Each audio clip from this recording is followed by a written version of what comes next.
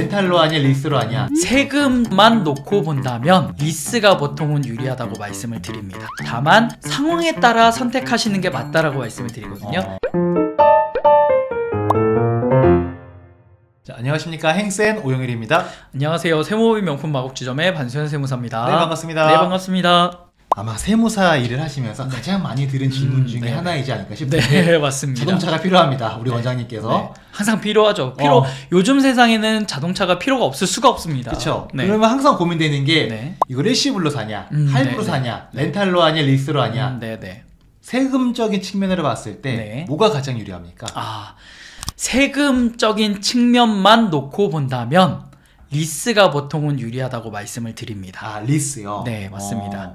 그렇다고 제가 리스 영업을 하는 건 아닙니다. 네. 네. 리스 영업하시는 분들 중에 간혹 가다가 정말 잘못된 정보를 전달하시는 분들이 계세요. 네. 흔히 리스만 비용 처리가 가능하다 라고 주장하시는 분들이 계시거든요. 네. 네. 실제로는 사실과 다릅니다. 세법상으로는 리스든 할부 구입이든 렌트든 기본적으로는 비용 처리가 가능한데, 다만 그 비용 처리를 함에 있어서 한도 혹은 업무 사용 비율에 따라서 비용 처리가 인정이 되는 것 뿐이지, 비용 처리를 그 형태에 따라서 비용 처리가 달라지는 건 아니거든요. 네. 그렇기 때문에 리스가 비용 처리가 유리하다라고 말씀을 드린 이유가 과연 뭘까요? 가장 큰 이유는요, 리스가 돈이 제일 많이 들어갑니다.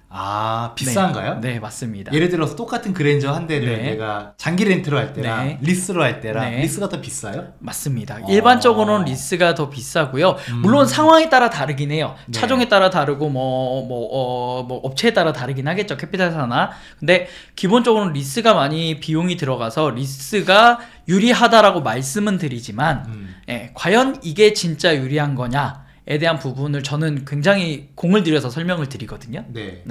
일단 이해할 준비가 되셨습니까? 일단 제가 한번 예측해 볼게요. 네. 똑같은 그랜저인데 리스는 비싸게 주고 타는 거고 장기 렌트는 상대적으로 저렴한 비용으로 타는 거예요. 당연히 비싸게 탔으니까 내주면 나간 돈이 많으니까 경비 인정이 많이 되는 거다. 이런 건가요? 아주 정확합니다. 그랬나요? 자, 오늘 영상에 이거를 설명해 주시죠. 좀 부연 설명을 드리자면, 말씀하셨던 기본 골자는 그래요. 말씀하셨던 내용이랑 동일하고요. 왜 그러냐면은 리스나 렌트나 그 다음에 아예 할부가 됐든 아예 구입이 됐든 자가 구입을 하는 경우라면 이게 전체적인 비용이 달라질 수밖에 없거든요. 왜냐면 리스에 따른 리스 사용 이자율이 다르고 렌트에 따른 렌트 사용 이자율과 그에 따른 기타 비용, 부대 비용이라든가 이런 것들이 달라지고요. 할부 구입은 할부 이자나 이런 것들 때문에 차이가 발생할 수밖에 없어요. 근데 일반적으로는 그래서 리스가 보통은 제일 전체적으로 들어가는 비용이 크다라고 말씀을 드렸던 거고요. 리스가 적은 경우도 있긴 하겠죠. 렌트가 더 비쌀 경우도 있고, 상황에 따라 다른데, 이게 꼭 비용이 많이 들어가는 차를 탄다고 해가지고 세금적인 측면에서는 유리하다고 말할 수 있지만 전체적인 측면에서 유리한지를 따져보셔야 된다라는 게 제가 드리고 싶은 말이거든요. 그렇죠. 그랜저 하나 하는데 예를 들어서 장기 렌트 하면 월에 한 80만 원이야. 근데 리스 하면 85만 원이야. 85만 원이 경비 인정되는 것만 보면 세금만 보면 유리한 건 맞죠? 네, 맞습니다. 근데 내 주머니 사정을 보면 매월 5만 원씩 더 나간 거잖아요. 네, 맞습니다. 그럼 약간 5만 원씩 더 나갔으면 내가 세율 구간이 40%라고 가정하죠. 지방소득세 제외하고 그냥 40%라고 한다면 5만 원을 더 지출함으로 인해서 제가 누릴 수 있는 혜택은 세금 세이브되는 2만 원이에요. 그러면 그 외에 3만 원은 그냥 간 거네. 차량 리스사에 간 거죠. 렌트사에 가거나. 그렇기 때문에 어떻게 보면 남 좋은 일 시킨 거고요. 잠깐 그런 측면이라면 사실 우리가 세금만 보는 게 전체적인 걸 봐야 되잖아요. 그러면 리스보다 또 장기 렌트가 유리하거나 자차 그냥 구입 유리할 수도 있겠네요. 맞습니다. 저는 보통 이런 질문을 받으면 말씀을 드리는 이유가, 앞에 이제 내용은 이제 조금 쉽게 설명을 드렸지만 뒤에 내용은 상황에 따라 선택하시는 게 맞다라고 말씀을 드리거든요. 그게 뭐냐면요, 예를 들면 차량이 여러 대 있으면 건강보험료, 지역의료보험료가 추가가 될 수 있는 상황이 올 수도 있고요. 재산 상황 때문에, 혹은 그럴 가능성은 거의 없지만 재산 기준이나 이런 것들을 상한선에 맞춰야 되는데 내가 취득하게 되면 그 상한선을 넘어갈 수도 있다 라는 경우가 발생할 수 있고요. 아니면 뭐 자동차세나 이런 게 내가 여러 대 합쳐져 가지고 굳이 취득하고 싶지 않다라는 것도 있을 수 있고요. 또 하나는 나는 취득세를 굳이 비싸게 주고 싶지 않다. 개별 소비세를 지금 주고 싶지 않다. 네, 이런 것 때문에 지금 취득하고 싶지 않아요.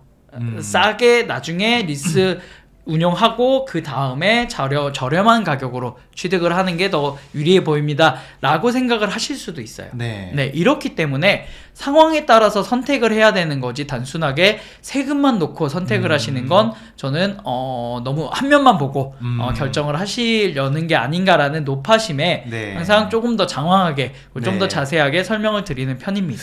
그러니까 다각도로 좀 우리가 파악하고 의사결정을 할 필요는 있다라는 말씀이신 것 같고요. 자동차 얘기가 나왔으니까 추가로 하나 더 질문을 드리자면 흔히 우리가 자동차 비용 인증 연에 1,800만 원이다. 1,500만 원. 1,500만 원이다. 이렇게 알고 있거든요. 그래서 뭐 4년 동안 된다. 그래서 뭐 6천만 원짜리 차까지는 경비 처리가 되고 그 이상 되는 거는 안 된다. 그러니까 6천만 원까지밖에 안 되는 거다. 뭐 이렇게 아는 경우도 있는데 어떻게 되나요? 일단은 말씀하신 기준을 놓고 보자면 기준은 명확해요. 법적으로 정해져 있는 세법적으로 정해져 있는 기준은 명확한 게 1,500만 원이 넘으면 안 된다라고 규정이 되어 있는 게 아니고요. 1,500만 원이 넘어가면 1년에 차량 관련된 비용들을 다 합쳐가지고 1,500만 원이 넘어가면 운행 기록부를 작성해야 될 의무가 발생하고요. 운행 기록부에 따라서 사업과 관계돼 있는 운행 거리수가 있을 거고 사업과 관계없이 개인적으로 이제 사용했던 거리수가 있을 거예요.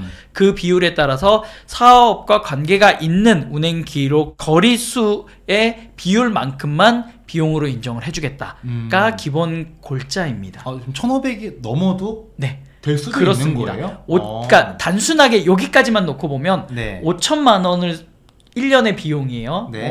센터장님이 정말 로망이었던 롤스로이스를 타고 다니신다. 1년의 감가상각비만 1억이다. 이렇게 가정을 했을 때 1억 원에 기타 비용 합쳐가지고 뭐 1억 5천이 매년 발생을 한다고 가정한다면 1억 5천에 대해서 그 롤스로이스를 정말 사업과 관계된 곳들만 이용을 했어요. 100%. 누가 보더라도 누가 문제 제기를 하더라도 입증할 수 있을 정도가 다 되어 있어요.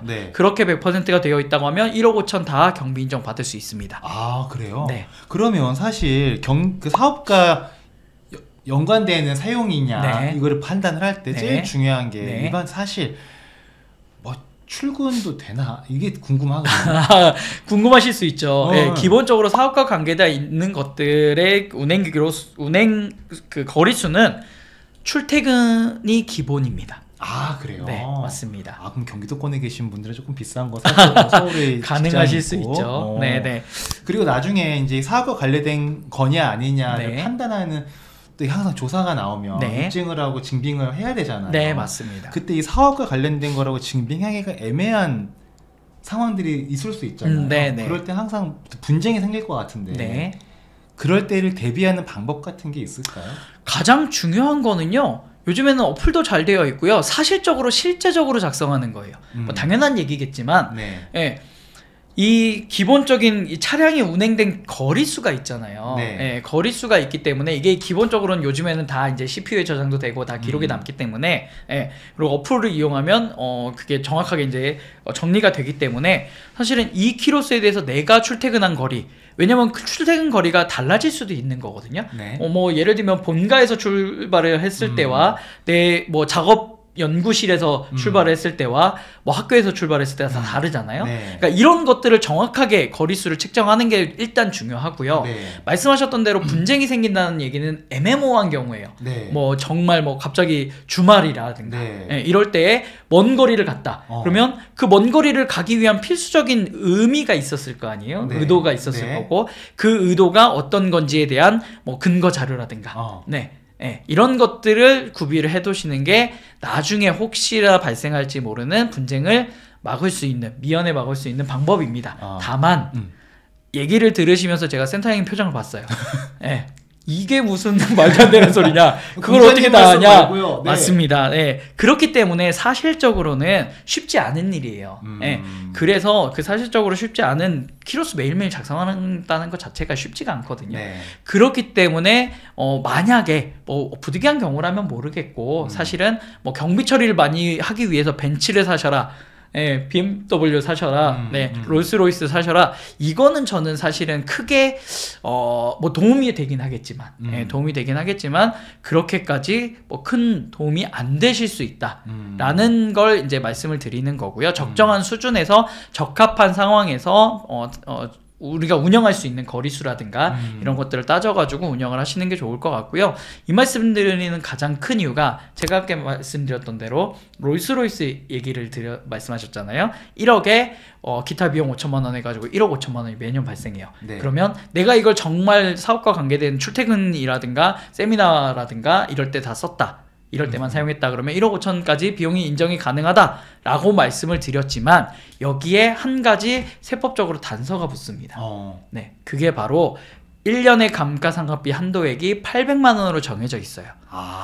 네, 그러면 방금 같은 상황에서는 1억 중에 9,200만 원은 뒤로 밀립니다. 몇 년 동안 타야 되는 거예요? 뒤로 밀리고요. 800만 원만 돼요. 그러면 못 받는 건 아니고 밀리는 뒤로 거죠? 밀립니다. 네. 그러니까 지금 당장 돈은 들어가고 내가 비용은 지출하긴 하지만 이 차량의 감가상각비가 더 이상 발생하지 않을 때 그때부터 1년에 800만 원씩 꼬박꼬박 해요. 그리고 10년간 했는데도 불구하고 남잖아요. 네. 그러면 다시 이제 그 남은 금액을 한 번에 하다 보니 경비 처리는 가능하지만 시점의 차이가 많이 늘어지는 거죠. 사실상 안 되는 거잖아, 그러면. 되는 겁니다. 되는 겁니다. 그리고 차를 중간에 파시거나 폐차하시거나 해도 한 번에 돼요.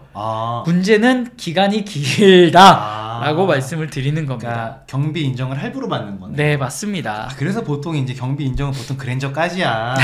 이런 얘기 하는 게 편하게 운영하시면서 타실 수 있는 건 뭐 그 정도다라고 말씀을 드리긴 하죠. 제네시스부터 약간 애매해진 밀린다 이렇게 보면 되겠네요. 안 되는 건 아니기 때문에. 그럼요. 네, 맞습니다. 좋습니다. 자, 오늘 또 자동차 관련돼 가지고 꿀팁을 또 시원시원하게 주셨고요. 다음번에 또 좋은 내용으로 여러분께 도움 드릴 수 있도록 정직과 최선을 다하도록 하겠습니다. 오늘 영상 이 정도로 정리하도록 하겠습니다. 감사합니다. 감사합니다.